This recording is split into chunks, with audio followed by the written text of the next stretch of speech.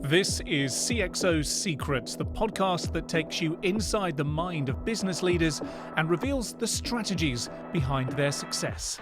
Coming up in today's show, AI is not necessarily going to replace us, but people don't know how to use AI effectively. They will be replacing our jobs and taking over and having a lot of the better jobs. Just like any kind of threat out there, whether we're looking at it as a military threat or like in our elections, threat to democracy, disinformation campaigns, things that pull together a large scale. They can really affect us tremendously. And so when you look at what is reality and what is not, oftentimes mainstream believes, what is out there at large scale. And that is something that we kind of maybe as a fallacy believe that because many people say something, it must be true. I would say work hard, set your goals, and surround yourself with like-minded people. Surround yourself. If you want to be smart, be around smart people. If you want to be successful in an area, search out mentors, search out people that can help motivate you to be the best of you in all that you can.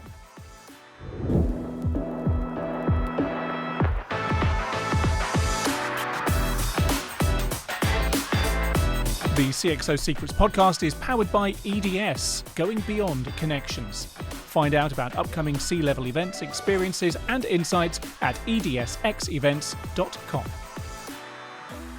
Dan Sorensen, CISO, thank you for joining us on CXO Secrets. Whereabouts are you calling in from today? Calling in today from Fairfax, Virginia, actually. Oh, fantastic. Last time you and I met was in New York at an EDS event back in September 2024. It was amazing to speak with you then. You were leading a session or two then as well. So I was really keen to make sure that we had a chance to chat with you here on CXO Secrets. Now, looking at your LinkedIn, Dan, it's fair to say you've got a big, long list of job titles, probably more than anyone else I know. Among them is CISO and Cyber Intel Officer at the US Air National Guard. But how do you typically introduce what you do and who you do it for? Great question. I like to look at all these different titles as like name calling. Don't call me this, don't call me that. Don't add on all these other acronyms because, they are functions and things we do. However, at the end of the day, I like people just to be refer to me or call me Dan, because that's, really I see who I am. And even though in one chapter or another in our lives, we can fulfill different jobs and functions, but it's really just me, humble Dan, and I like to be kind of known as that. Although we learn different things throughout life and we can help mentor and train and do really awesome things in different chapters though, but we're still at the end of the day, human beings. Well, I'm hoping that you are a human being and you aren't an AI that has somehow infiltrated this recording today. And I know that AI is playing an increasing part in your work at the moment. In fact, you've been working on a book, haven't you, called The AI Mindset. What can you tell us about that? Yes. Very interesting enough, because I've shown definitely an interest in data analytics and cybersecurity. I was approached by Eric Severson, best-selling author. He's pushed out a number of different books, and he said, "Hey, I'm writing this book on AI. Want to bring in some experts or subject matter personnel that know a little bit more about this than I do." And so as he's pulling different things together and people who have different backgrounds, he was specifically interested in my background with cybersecurity and how do we secure AI, machine learning, large language models. What does that look like for the future? And to be able to write that and put that out in layman's terms. So the mindset piece in there, what in particular are you pulling into when it comes to the AI mindset piece? Is this book going to, if I were to read it, try and frame my mind as to how to live in a world where AIs are living shoulder to shoulder with us? Yes, to a great extent. I think a lot of media out there these days discuss how AI might be taking over our jobs. Mm. And I look back and I've used this analogy in a couple of different speaking engagements I've been at to kind of remind us really where history's at. And one of those is that back in the 60s and 70s, there were teachers, mathematicians, people in academia that really thought that calculators were going to take over their jobs. And the reality is, calculators, as much as it was back then, possible threat to their jobs, it was a tool. And, even when I was in school, and I think, you could probably think back yourself, we said, we have to learn this algebra, we have to learn these different things in math. Why? Because, well, who's going to be carrying a calculator around in their pocket with them everywhere they go? And sure enough, here we are years later, and we have many different resources on a smartphone or tablet or computer, which many times they, have a calculator. Yeah. So I really kind of challenge the mentality of the idea that AI is going to replace our jobs. Just as a calculator was a tool that possibly was a threat to many people back then, as well as in the 1980s and 90s and 2000s, where computers have advanced and really became more of a tool. Yeah. So I've kind of heard this phrase being tossed around by many people of saying that AI is not necessarily going to replace us, but people that know how to use AI effectively, they will be replacing our jobs and taking over and having a lot of the better jobs. So knowing about AI and knowing how to use it effectively as a tool, I think is really important these days. I was having this conversation only over the weekend, and one of my LinkedIn contacts, who actually works in the same building as us here, he's an animator. He works in television, in high end video, and his job is to come up with animations or little sequences of visual effects. And that area in particular is seen as being at threat by generative AI, and a number of the tools that we've seen, like ChatGPT in a kind of text only manner, and then DALI and Midjourney visuals. We're also seeing text to video services as well. And he posted a video on LinkedIn over the weekend that he said, I created this half using AI and half using Photoshop and After Effects and other tools. And I responded to that, asking him what his mental approach was, and how he was responding to an industry where AI is seen as more and more posing a threat. And he put it to me a slightly different way, but very much in tandem with what you're saying. He said, AI is like a power tool. And once upon a time, when we were able to electrify a lot of the tools that we used, there was seen to be a threat to people's manual jobs. However, fast forward to 2024, 2025, carpenters are still there, engineers are still there. They use power tools to make their job easier so they can be more effective and more efficient in their job. But there are still carpenters and there are still engineers out there. And that's very much his approach to a world which, whichever way you look at it now, the genie is out of the bottle and our world is absolutely going to change. I'm sure you would agree now that generative AI and all the other different flavors of AI are becoming more and more part of it. Yes, most definitely. And as I came on board and I've seen some of these different organizations stand up, such as the Institute for Ethical AI, Machine Learning, Responsible AI, I've become members and tried to focus on the ethical, moral, place that we have in trying to ensure that we use these tools effectively, but also not for nefarious or bad reasons, right? So I think it's very important in how we use these tools, but the key thing I think is that computers is being put into everyday layman's terms in everybody's hands, and so it's not just a few people within government or millionaires or billionaires that have access to some of these resources.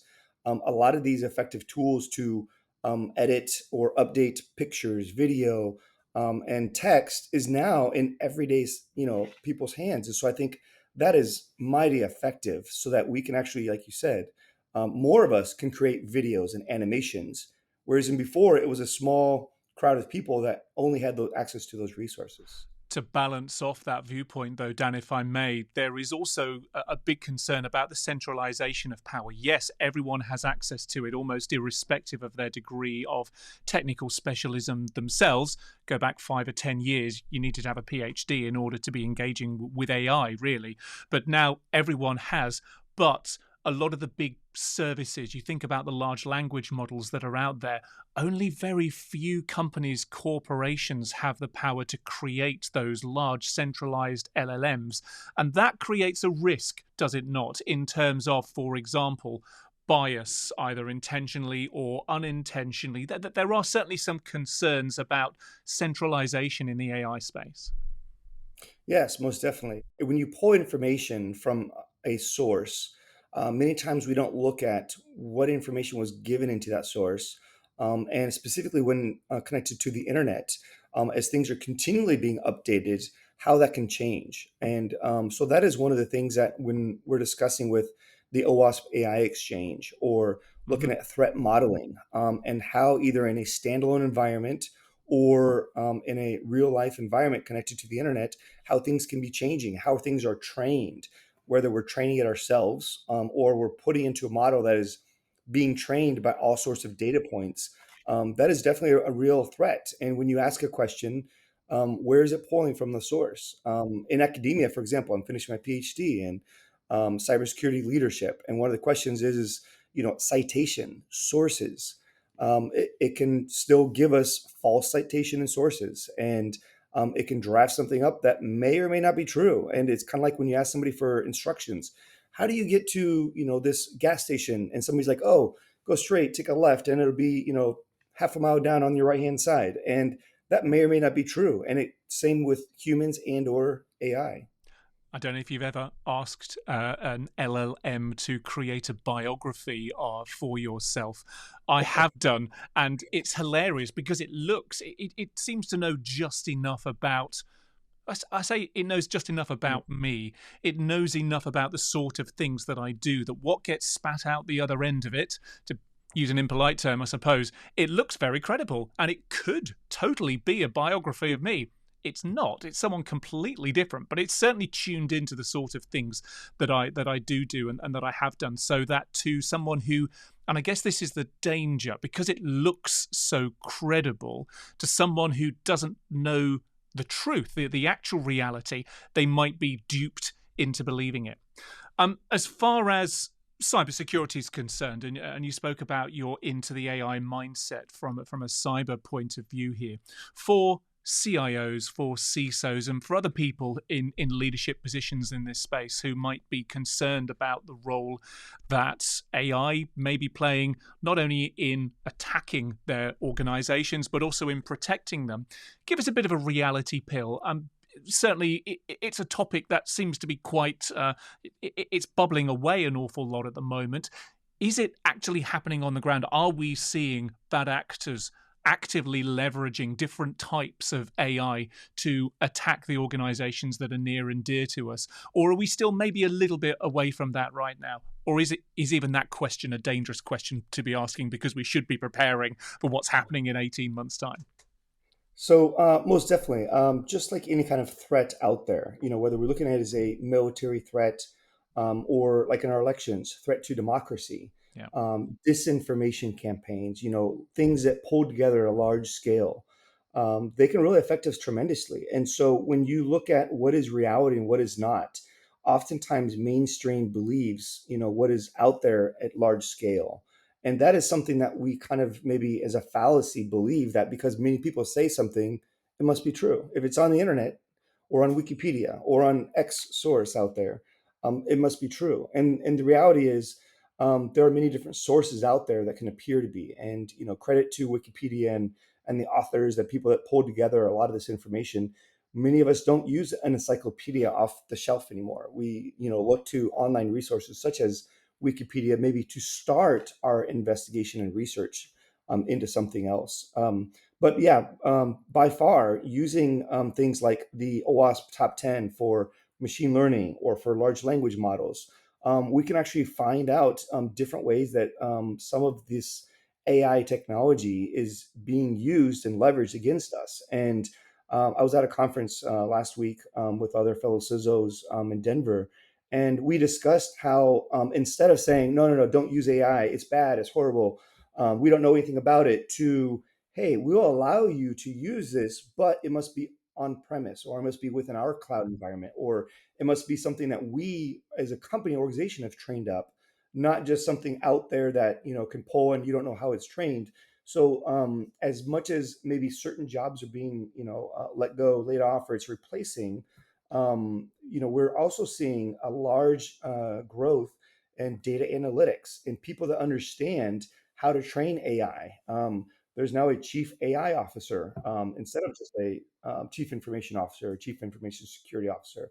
There's a lot more of AI evangelist type jobs of how do we use and leverage this in a moral, ethical way, and how can we help the company grow or use this with our customers. We've spoken about this before, the role of the chief AI officer, in that it's how many, given the number of hats that you wear, Dan, the number of different hats that a chief AI officer must have to wear, because it's not only a technical role there, it's there's ethical, there's HR considerations in there too. There's a lot of moving, spinning plates, and given how rapidly AI as a capability, as a theme, is evolving as well, that's got to be a rapidly evolving role.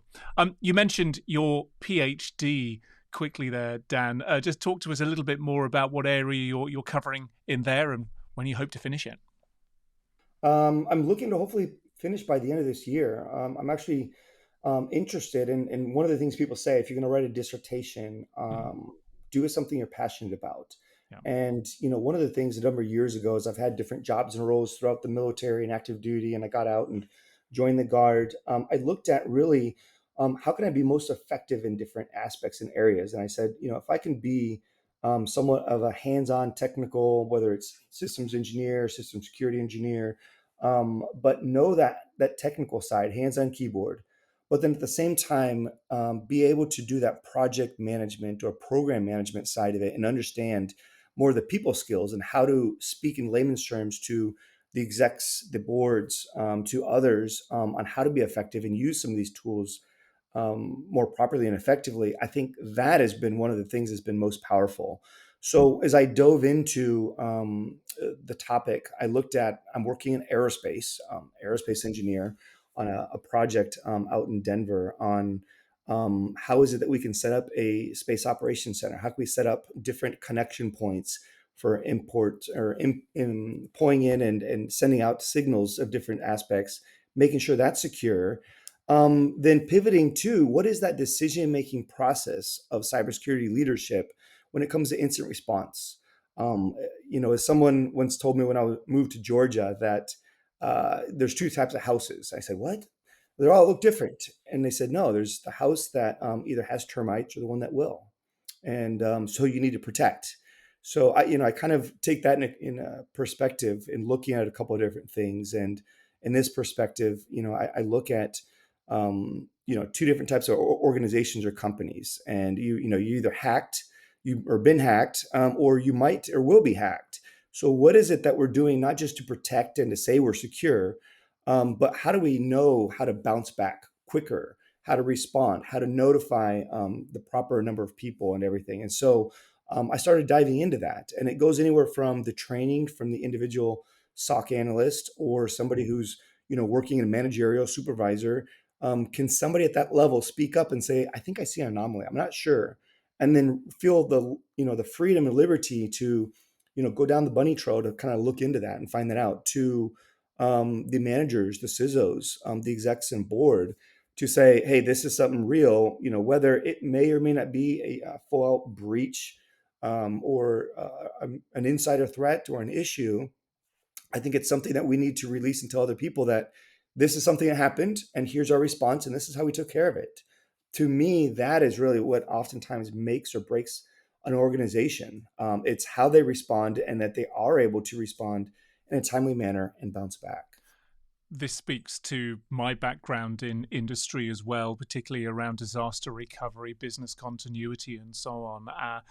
I guess there's a couple of things there. First of all, some vendors talk about an assume breach mentality, don't they? And it is that it's not if it'll happen, it's when it'll happen, and the fact that it probably already has happened and you don't realize it yet. Having that mental approach is one way of creating a mindset that is enabling you not to be surprised. And that leads on to the second thing, which is the old adage that failing to plan is planning to fail, and having that incident response plan. I was speaking with some people from the City of London Police here in the UK who have a national responsibility for cybercrime management. Not only do they manage cybercrime within the square mile in London, where a lot of the financial institutions are, because of that expertise that they have a remit across all of the UK as well. And they took great delight in showing me an envelope that each of them had on their desk. And in that envelope were flashcards that they had rehearsed with. And these flashcards, they were on paper. They were not reliant on an online system.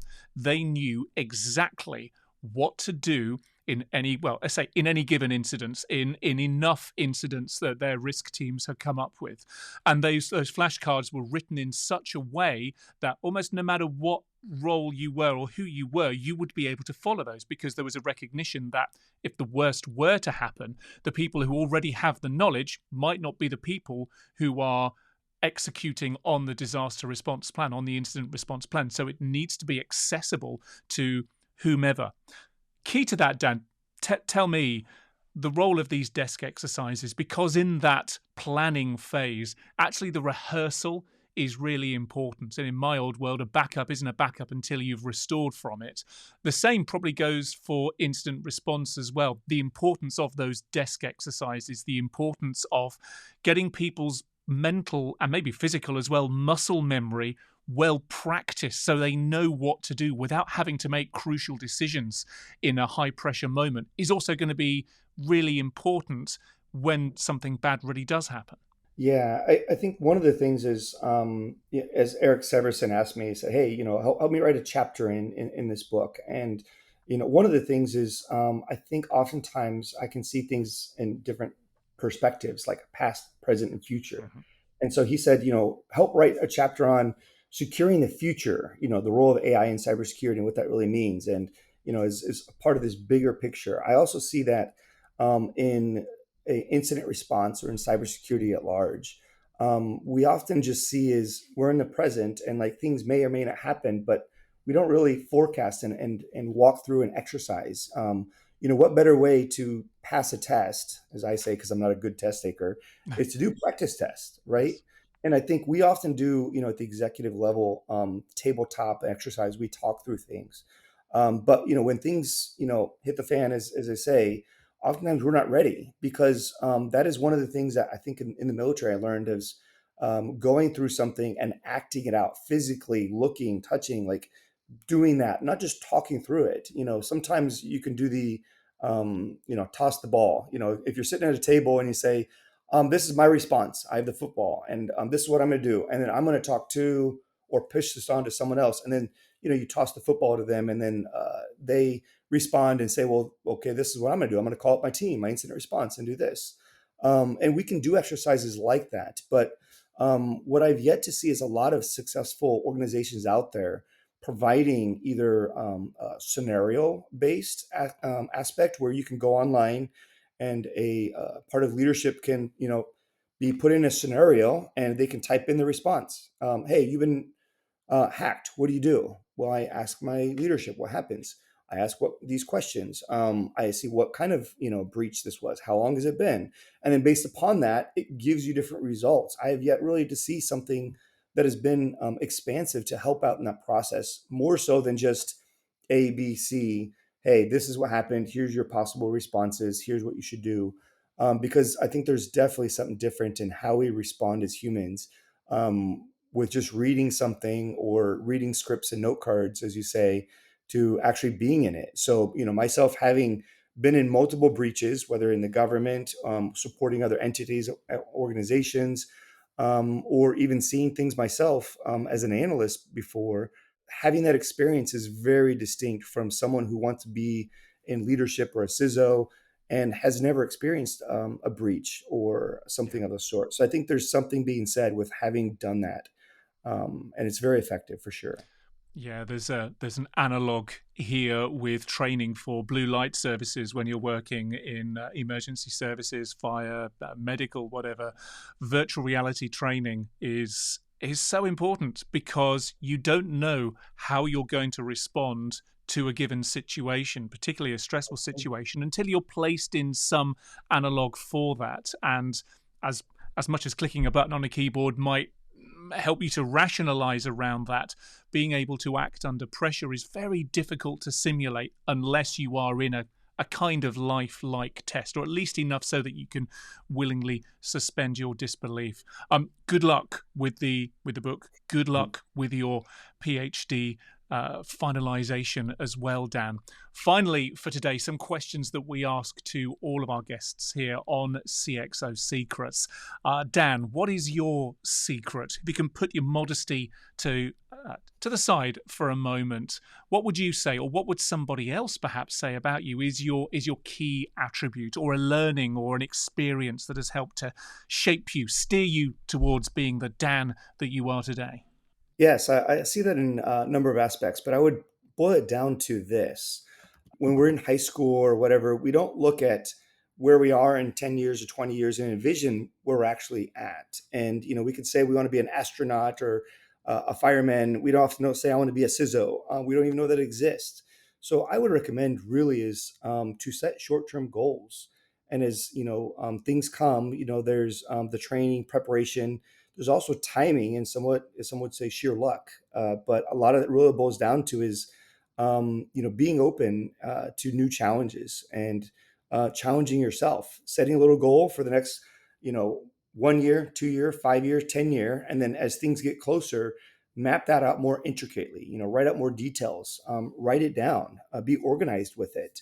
Nobody accidentally in general becomes a millionaire. You might win the lottery, but realistically, we plan for success. And so if we want to be successful, we have to make that a plan. And whether that's in job and career, that can also be in family life and relationships, friendships. We have to really study different things to be successful in them. Not that they just accidentally happen. So I would say is work hard, set your goals, and surround yourself with like-minded people. Surround yourself. If you want to be smart, be around smart people. If you want to be successful in an area, search out mentors, search out people that can help motivate you to be the best of you in all that you can. Speaking of challenges there, we do a pass the question here on CXO Secrets, and each guest gets to ask a question to the next guest in the next episode, even though they do not know who that will be. So in our last episode, Dan, Mark Lopez, who I know you know because we were at the same event a few weeks ago. He's a transformation leader from News Corp, AIG and TIAA. He wanted to ask you this question. If a young person approached him or her and demonstrated interest in following the same career path as them, what would their one piece of advice be? I would say the key thing is to search out a mentor. The one main piece is, ask other people. I've been approached either on LinkedIn or other social media platforms and said, hey, I have a question. I want to jump into cybersecurity. How can I do that? And I would ask questions of where they want to be in life and how that overlays with family, life, kids, etc. And not just give them a cookie cutter response, but ask them some good questions to think about, where they're at in life, what their strengths are, their weaknesses, and then tell them, try out different aspects of cybersecurity, whether you get into incident response, forensics, SOC analyst, leadership, see what you like. Because I do feel that we do well at things we enjoy, and we enjoy things we do well at. And finally, if you could pose one question to our next guest on the show, whoever they are, what would that question be? I look back at life, and at the end of the day, I see that most of us don't say we want to work more. We always want to spend more time with friends and family and do things we enjoy and take care of our health. So my question is, what is it that you're going to do to leave a legacy behind? So it's not just, things you've done, your job, but how are you going to mentor and train others behind you and also set the world up for more success after us? It's been great to have you on the show today, Dan, and I know there's a lot more for us to chat about, and so I hope we'll be able to have you back on here and chat again before too long. But for now, Dan Sorensen, thank you for joining us here on CXO Secrets. Indeed. Thank you so very much.